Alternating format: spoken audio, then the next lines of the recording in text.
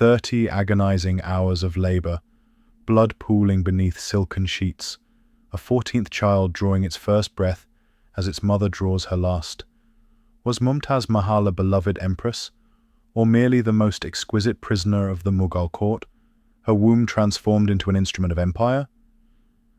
For centuries, the annals of history have whispered of queens, draped in jewels and crowned in glory.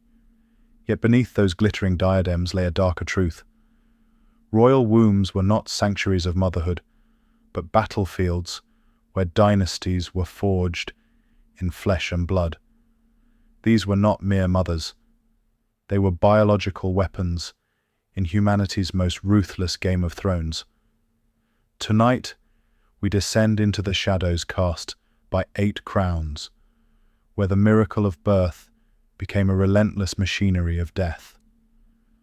A world where a queen at 6 months pregnant still tended to 23 children, where menopause was not feared but desperately awaited, the only gateway to freedom from an endless cycle of conception, agony, and loss.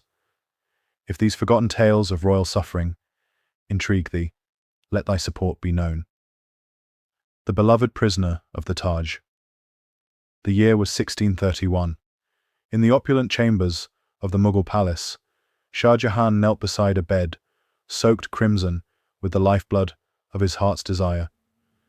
Mumtaz Mahal, the Persian rose, who had borne him 14 children, lay dying, a casualty of her final, fatal pregnancy. Their love story had been the stuff of poets' dreams. While Shah Jahan maintained 2 political wives as duty demanded, his soul belonged entirely to Mumtaz. She was his closest confidant, his traveling companion through military campaigns, his advisor in matters of state. He lavished upon her treasures that would make Croesus weep with envy, granting her the highest salary ever bestowed upon a Mughal empress. Yet, love, however profound, could not shield her from the biological tyranny of royal duty. Year after year, her body served the empire's hunger for heirs. Of those 14 pregnancies, a mere 7 children survived the perils of infancy. Amongst them, the future emperor Aurangzeb, whose reign would drip with the blood of his own brothers. When the end came, it arrived with cruel irony. The monument to their love, the Taj Mahal, would rise from her grave, its white marble forever stained with the memory of her sacrifice. 27 years later, Shah Jahan joined her in that marble tomb, but not before his surviving sons tore the empire apart in fratricidal warfare, as if her death had cursed the very bloodline she died to perpetuate. The German princess, with African blood, Charlotte of Mecklenburg-Strelitz, possessed a secret that would have scandalized Georgian England. 13 generations prior, African blood had entered her lineage. Yet this revelation pales beside the true horror of her existence. 15 pregnancies in 21 years, each one dragging her deeper into biological servitude. Married at 17 to the future King George III, Charlotte discovered that royal matrimony was not a union, but an industrial process. Within 12 months, she had delivered the future George IV. The machine of reproduction had begun its inexorable work. Her letters reveal a soul in torment. I don't think a prisoner could wish more ardently for his liberty than I wish to be rid of my burden, she wrote, whilst carrying her 14th child. The irony cuts deep. Here was a queen who commanded servants and subjects, yet found herself enslaved by her own fertility. The smallpox that stalked royal nurseries claimed 2 of her sons, Alfred at 2 years, Octavius at 4. Perhaps mercifully, Charlotte learned from her own suffering. She fiercely guarded her daughters from the matrimonial markets of Europe, delaying their marriages until their 40s, ensuring none would endure her biological purgatory. Not one of her daughters bore surviving children, a silent rebellion against the machinery of royal reproduction. When madness finally claimed King George III, their eldest son ruled as Prince Regent, whilst Charlotte maintained her vigil of sorrow. She died at 74, surrounded by the children, who had cost her youth, her health, and her freedom. The child, bride of the Crusades, Eleanor of Castile, was 13 when she became a wife, 13 when her body was conscripted into the service of English dynastic ambitions. Her husband, the future Edward I, was a warrior king who conquered Wales and battled Scotland, yet at home he inadvertently waged a different kind of warfare upon his child bride's body. The first casualty came swiftly. Her initial pregnancy at 13 produced a child who lived mere days, a victim of a mother whose body was not yet ready for such biological demands. The pattern was set. Catherine and Joan followed their unnamed sibling to early graves, their teenage mother's body failing them in the most fundamental way. Eleanor's life became a grotesque pilgrimage of pregnancy and loss. She accompanied Edward on harsh military campaigns, her swelling belly a testament to royal fertility even amidst the machinery of war. During one crusade, she delivered a stillborn daughter, perhaps the most honest metaphor for the intersection of violence and reproduction that defined her existence.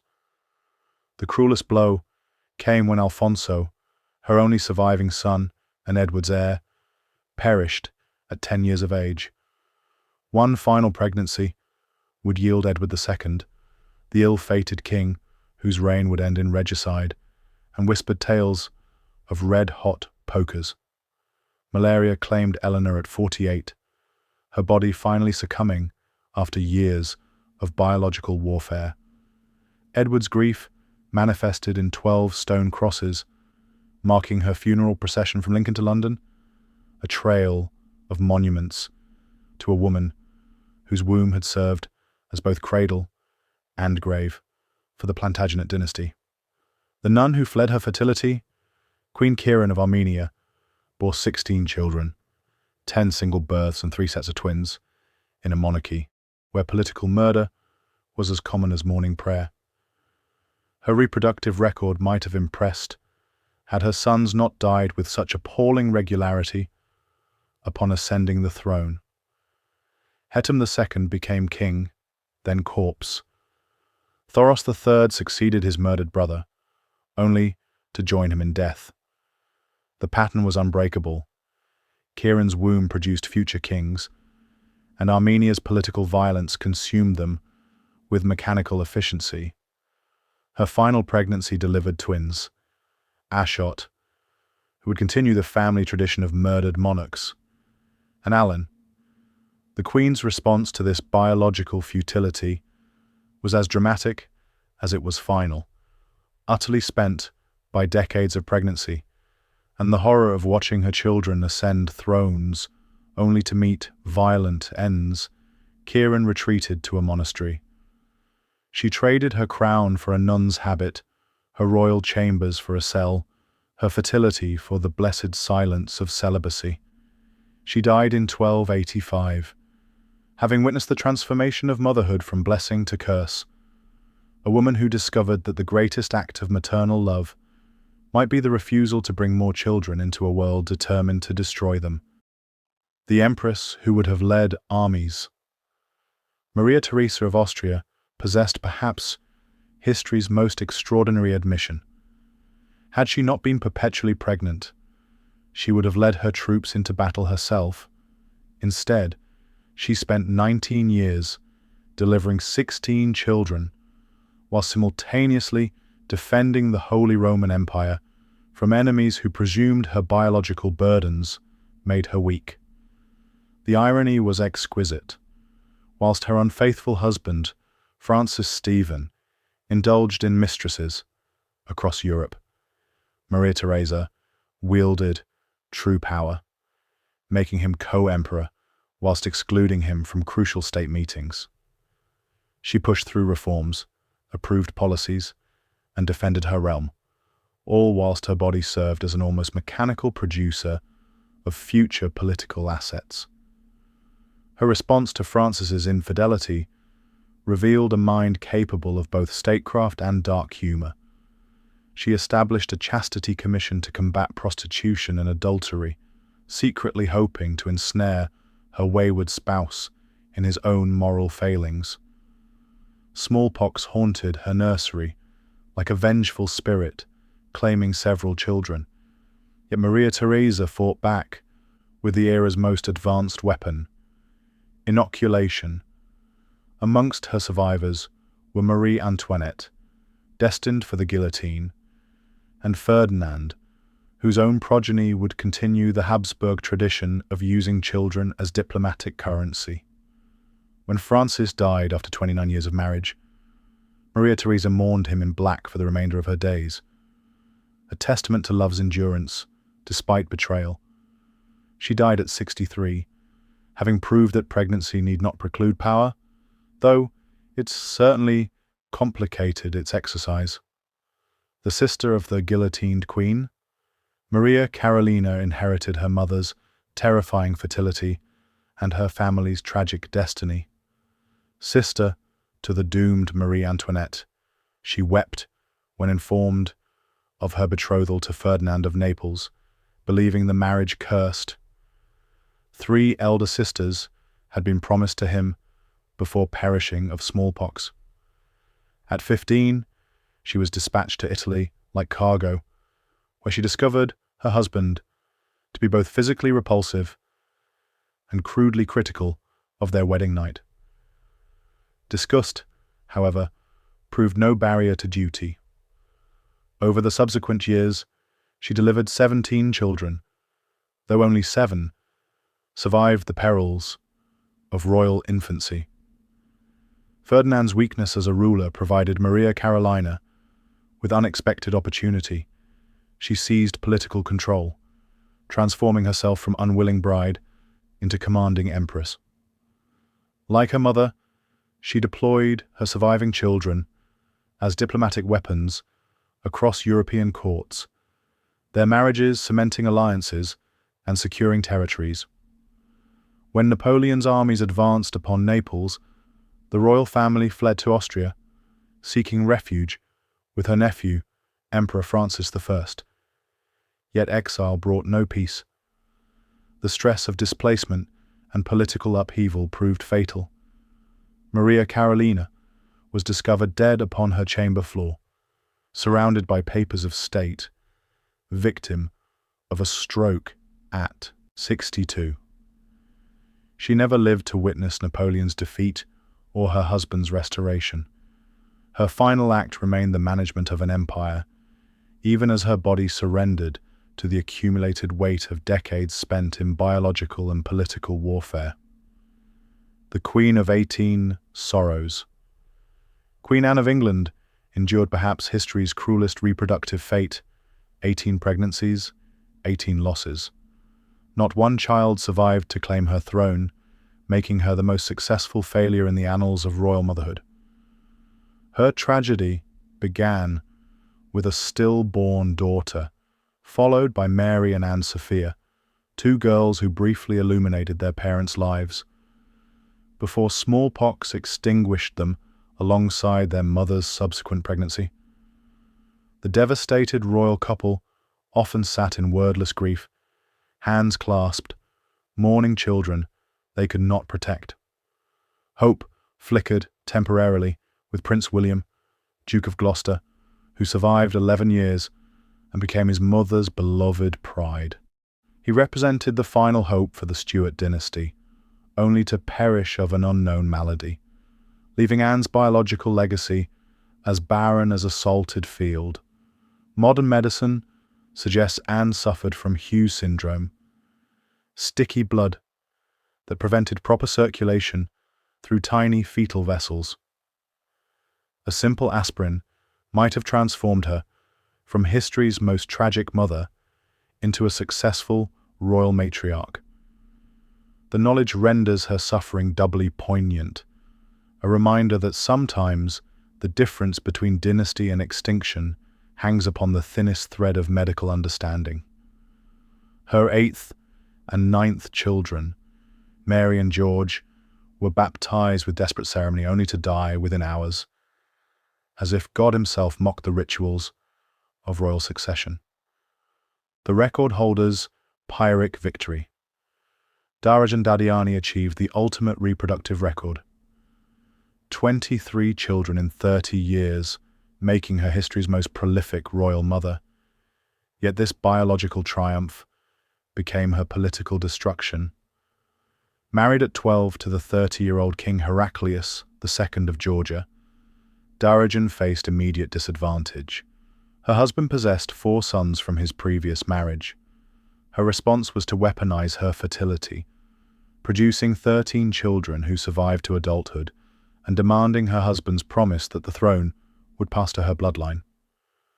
When Heraclius died, his eldest son, George III, immediately destroyed his father's will, igniting a succession war that split Georgia between Russian and Iranian spheres of influence. Darajan's son Alexander attempted a coup, failed, and watched his mother imprisoned for her ambitions. The final irony was exquisite in its cruelty. When George III died in 1800, Darajan begged Tsar Alexander I to crown one of her sons instead of George's heir. Instead, the Tsar annexed Georgia entirely, ending 1,000 years of native rule. The woman who had produced 23 children to secure her dynasty's future inadvertently authored its complete extinction. She died in 1807 in St. Petersburg, exiled in a rented house. Her biological victory transformed into absolute political defeat. History had played its cruelest jest. The most successful royal mother became the architect of her own dynasty's annihilation. These 8 women were not queens, but prisoners, inmates in gilded cages where their bodies served as instruments of statecraft, their wombs transformed into armories for dynastic warfare. They endured extremes of physical and emotional torment that would break lesser spirits, bearing children who served as both their greatest loves and their most valuable political currency. Their stories illuminate a fundamental truth about power. Those who appear to wield it are often its most helpless victims. In palaces where every comfort was provided, save the freedom to control their own flesh, these queens discovered that biology could be more tyrannical than any earthly sovereign. The marble monuments they left behind, the Taj Mahal, the Eleanor Crosses, the Habsburg palaces, stand as testaments not to love triumphant, but to lives consumed in service of dynasties that cared nothing for the women who birthed them. In our modern age, we might consider these queens fortunate, surrounded by luxury, wielding influence, commanding servants. Yet their letters and histories whisper a darker truth, that sometimes the most beautiful prisons are those adorned with crowns, and the most absolute slavery is that which masquerades as sacred duty. Their suffering echoes through history's corridors. Let their memory be honored with thy witness,